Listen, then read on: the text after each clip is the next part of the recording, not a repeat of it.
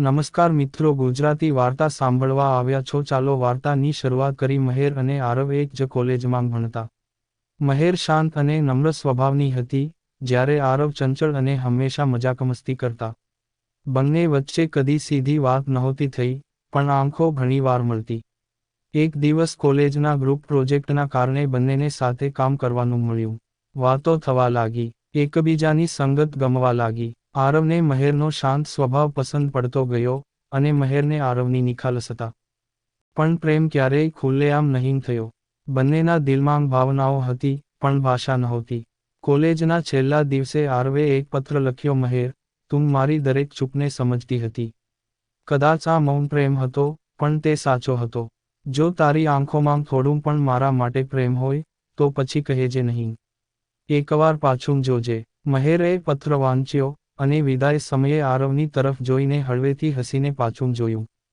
વિદાય પછી 5 વર્ષ વીતી ગયા. અવિનાશ હવે અમદાવાદમાં એક જાણીતા આર્કિટેક્ટ બન્યો હતો, જ્યારે કાવ્યા મુંબઈમાં એક સ્કૂલમાં શિક્ષિકા બની હતી. સમય અને અંતર વચ્ચે લગભગ બધું બદલાઈ ગયું હતું, સિવાય તેમના મનમાં છુપાયેલા પ્રેમના. એક દિવસ અવિનાશને કોલેજ રિયુનિયન માટે મેસેજ મળ્યો. તે વિચારમાં પડી ગયો, શું કાવ્યા આવશે? રિયુનિયનના દિવસે બધા જૂના મિત્રો એકઠા થયા.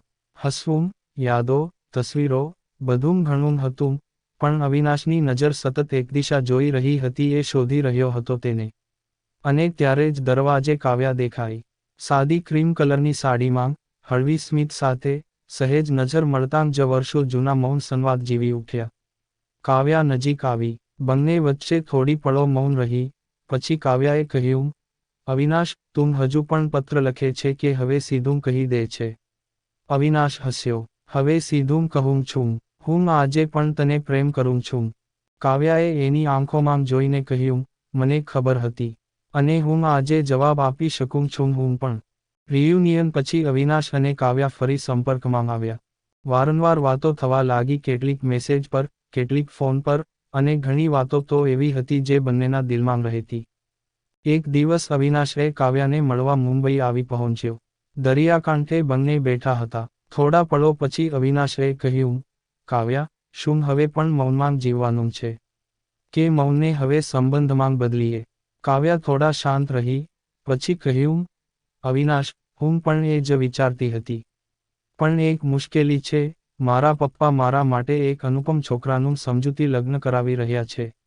આ સાંભળીને અવિનાશ ઉદાસ થઈ ગયો, પણ તરત જ કહ્યું, તારા દિલમાં જો આજે પણ હું છું, તો નિર્ણય તું લે. નહીં તો જીવનભરની શાંતિ ઓછી પડી જશે. કાવ્યા ભીતરથી તૂટતી હતી. પિતા સામે જવું સરળ નહોતું, પણ પ્રેમ પણ તો જીવનનો આધાર હતો. કેટલાક દિવસ પછી કાવ્યાએ પોતાના પિતાને સાચી વાત કહી. પિતા ગુમ થતાં રહ્યા. થોડું મૌન પછી પિતાએ કહ્યું, જે છોકરી પિતાના ભયને જીતીને પ્રેમ માટે ઊભી રહી શકે, એ પોતાની પસંદગી માટે પૂરતી સમજદાર છે. અવિનાશ અને કાવ્યાના લગ્ન ખૂબ સાદગીથી, પણ પ્રેમથી ભરેલા હતા.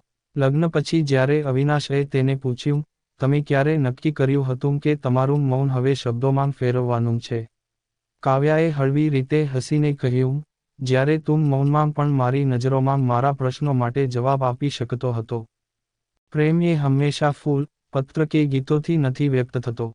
ક્યારેક બે દિલ વચ્ચેનું મૌન બધું કહી જાય છે. સમજ્યા હોય તો બસ પૂરતું છે.